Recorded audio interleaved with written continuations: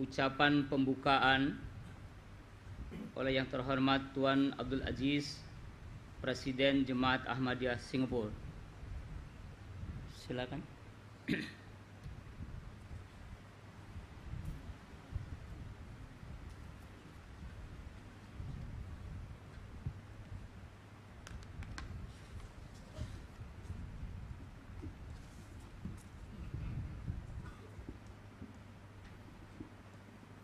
أشهد أن لا إله إلا الله وحده لا شريك له وأشهد أن محمدا عبده ورسوله أما بعد فأعوذ بالله من الشيطان الرجيم بسم الله الرحمن الرحيم الحمد لله رب العالمين الرحمن الرحيم مالك يوم الدين إياك نعبد وإياك نستعين اهدنا الصراط المستقيم صراط الذين أنعمت عليهم غير المغضوب عليهم ولا الضالين. Tuan-tuan dan puan-puan peserta Jalsah Salana yang saya sangat menghormati, Assalamualaikum warahmatullahi wabarakatuh.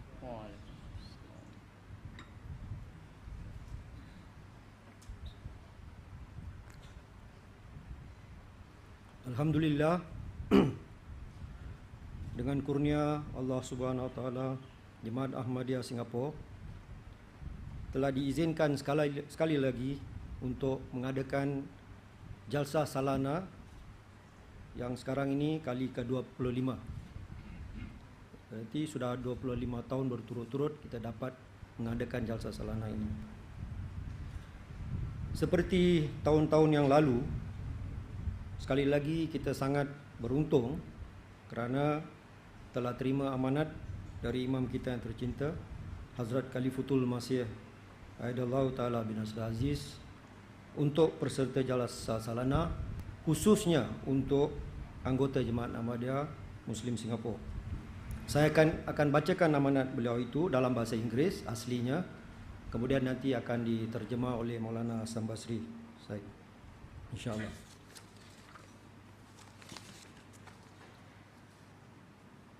Dear members of Ahmadiyah Muslim Jamaat Singapore, Assalamualaikum warahmatullahi wabarakatuh. I am very pleased that you are holding your 25th annual Jalsah Salana on 2nd, 3rd and 4th of December 2011. May Allah bless your Jalsah with great success, and may you all benefit greatly from the immense spiritual blessings of this blessed gathering. Remember, this is not an ordinary convention. The promised Messiah ﷺ has stated, the major aim of the gathering is that the sincere members of the Jamaat should be able to derive religious benefits, and at the same time they should acquire more knowledge and advance in their relationship with Allah. One advantage is that by meeting various friends, the circle of brotherhood will broaden and it will strengthen their mutual ties. This is taken from Asmani Faisallah. During the period of the Jalsah, you should not indulge in idle talk, but you should remain engrossed constantly in prayer and istighfar. You should listen attentively to the various speeches by scholars of the Jamaat, increase your knowledge and understanding of the teachings of Islam, and thereby gain all forms of blessings. I wish to remind you that the community that Allah Almighty initiated through the promised Messiah ﷺ was granted this distinction and honor that they were joined with the earlier people, that is the early Muslims and the companions of the Holy Prophet Muhammad sallallahu alaihi wasallam. This is no ordinary distinction, and this is no ordinary Jamaat. Therefore, every single one of us who associates himself or herself with the Jamaat of the promised Messiah ﷺ needs to reflect over the beliefs which those earlier people acted upon. The companions established a connection of bay'at, that is pledge of allegiance, with the Holy Prophet Muhammad sallallahu alaihi wasallam, and they joined the ummah, the community, and under the influence of the tarbiyat, moral training of the Holy Prophet Muhammad sallallahu alaihi wasallam, they fostered such a strong and firm relationship with Allah Almighty, that Allah Almighty says regarding these people, and of men there is he who would sell himself to seek the pleasure of Allah. Surah Al-Baqarah verse 208. In short, this is the real and true Islam that shows us how to form the connection between man and Allah Almighty, and draws attention to the rights due to mankind. It is in this real and true Islam that the companions of the Holy Prophet sallallahu alaihi wasallam ascertained, they learned, that they put into practice what they had learned, and the promised Messiah alaihi salam came to teach us this, to inform us of this, and to allow us to tread on those very paths. Therefore, as Ahmadi Muslims, you are expected to set the highest example of goodness, honesty, integrity, and most of all, piety and righteousness. You should follow the commandments of Allah and not take them lightly. Rather, you should honor every one of His commandments and prove such honor in your actions. You should not allow any of your actions or behavior to fall short of the high ideal set by the promised Messiah alayhi salam. In this regard, the promised Messiah alayhi salam has emphasized the purpose of their joining the movement and establishing with me a relationship like that of a disciple is that they should achieve a high degree of piety and righteousness. No wrongdoing or mischief should ever come near them. They should offer the 5 daily prayers regularly and with congregation, and should not lie or hurt anyone by their tongues. They should not be guilty of any kind of vice, and should not let even a thought of mischief, wrongdoing, or transgression pass through their minds. They should shun every type of sin, offense, undesirable speech and action, as well as all egoistic passions and unruly behavior. They should become pure-hearted, harmless, and meek servants of Allah Almighty, and no poisonous germ should flourish in their blessings. Essence of Islam, Volume 4, page 349 to 250. Unfortunately, despite these virtuous teachings of the Prophet Messiah alayhi salam, to bring the Muslims back to their teachings of true Islam, members of our Jamaat are facing an increasing degree of opposition and enmity and threats from the fanatics in some countries. We should not be disheartened, because we are already aware of the history of all prophets, which shows that difficulties and troubles were inflicted on them and their followers. So much so that the Holy Prophet of Islam, sallallahu alaihi wasallam, the beloved Prophet of Allah Almighty, for whom the entire universe was created, along with his followers, also passed through such trials and tribulations. In addition to financial sacrifices, thousands laid the lives of their children and their own lives in the way of Allah Almighty. So whenever the Jamaat Ahmadiyah goes through such a phase of intense persecution, we should draw inspiration for steadfastness and devotion from the life of the prophets, and especially that of the Holy Prophet sallallahu alaihi wasallam. We should also have firm faith in that these periods of extreme difficulty will lay the foundations of forthcoming victories.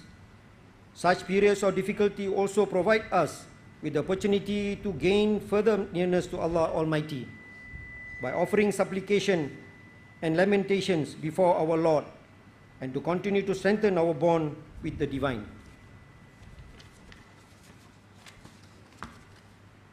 There is no doubt that the companions of the Holy Prophet sallallahu alaihi wasallam did not refrain from offering sacrifices in way of their faith, but the victory of Islam was not a result only of these sacrifices.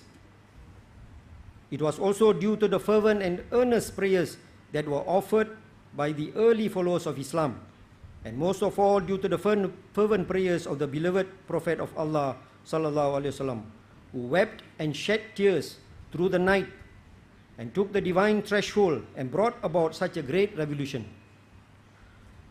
Our reliance is solely on Allah to come to the aid of the persecuted members of the Jamaat, and it is for this reason that I have directed you to offer 2 daily nawafil prayers and also to keep fast for 1 day in the week. I draw your attention again for the need of extraordinary prayers, beseeching Allah's protection and help. The fervor and intensity of your supplications should be such that they tear through the heavens and shake the threshold of the door of Allah. I also advise you to remain attached and loyal to the blessed institution of Khilafat. Today, the task of revival of Islam can only be performed by adhering to the system of Khilafat. Therefore, you should always endeavor to uphold this noble institution and ensure that your future generations always remain within the blessed guidance and protection of Khilafat-i Ahmadiyah. May Allah enable you to do so. As the participants of the Jalsa, you will also benefit from the fervent prayers of the promised Messiah alayhi salam, who has prayed especially for those people who attend these Jalsas. The promised Messiah alayhi salam has prayed as follows: I pray to Allah that He may be with all those who are coming to attend the Jalsa, and that He may grant them great rewards, and that He may show them mercy and His grace. O Allah, O you who are the greatest benefactor, the benevolent, the merciful, and the remover of hardships, do listen to all these prayers of mine and grant us victory over our opponents with great signs, for you have the power to whatever you will. Amin. Istihar, 7 December 1891. May these heartfelt prayers of the promised Messiah alayhi salam be with you all. May Allah bless your Jalsa Salana with every success, and may all of you be infused with a new spirit of faith and taqwa to enable you to go forth and serve the Jamaat and the cause of Islam and humanity with renewed energy and fervor. May Allah bless you all. Yours sincerely, Mirza Basrur Ahmad, Khalifatul Masih Al-Khamis.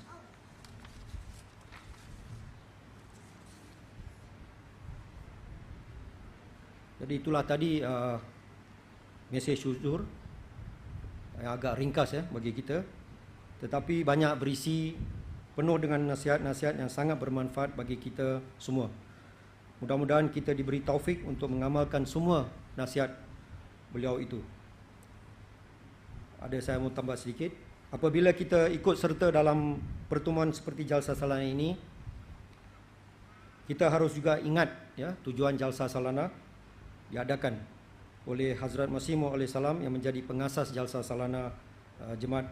Beliau telah bersabda, maksud dan tujuan utama Jalsa ini ialah supaya setiap anggota jemaat memupuk semangat muhasabah diri dengan hati yang senantiasa runduk ke alam ukhrawi, dan supaya rasa takut kepada Allah Subhanahu Wa Taala tertanam di dalam lubuk hati sanubari masing-masing, sehingga menjadi contoh dalam segi kesalehan, keimanan, kasih sayang dan kelembutan, serta menjadi contoh tauladan dalam semangat persaudaraan.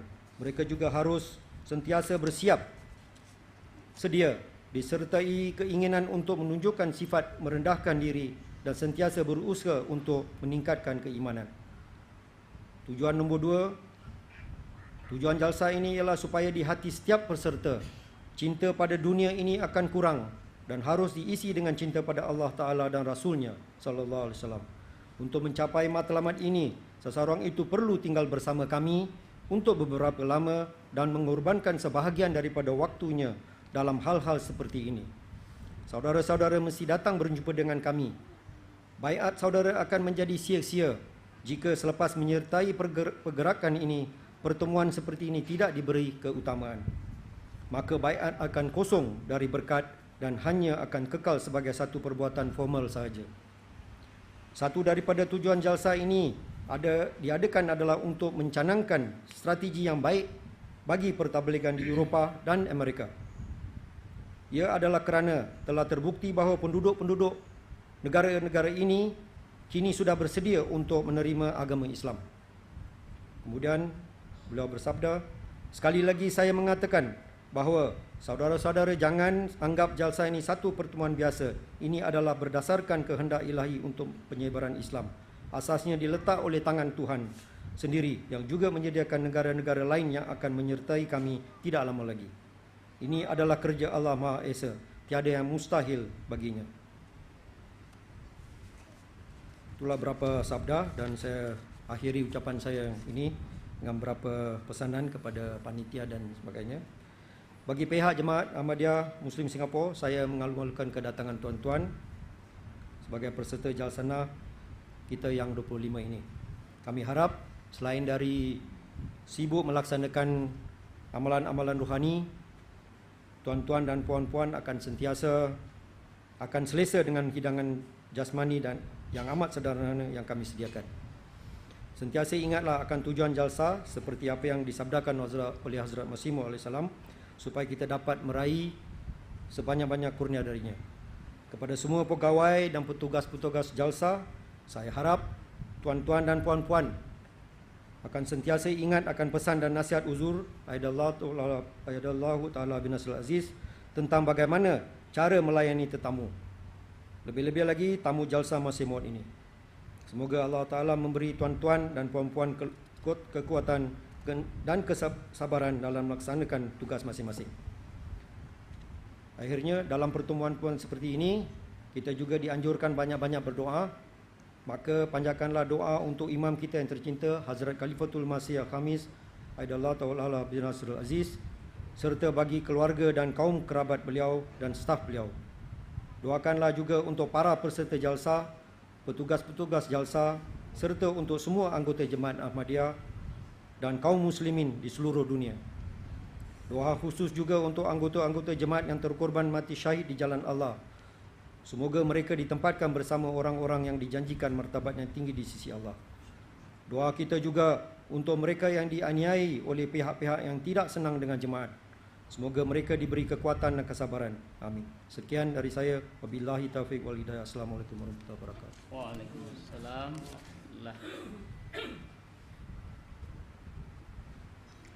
Jazakumullah, kami sampaikan kepada Tuan Abdul Aziz yang telah menyampaikan ucapan pembukaan sekaligus tadi amanat Hazrat Khalifatul Masih Al-Khamis Aidallah bin Aziz.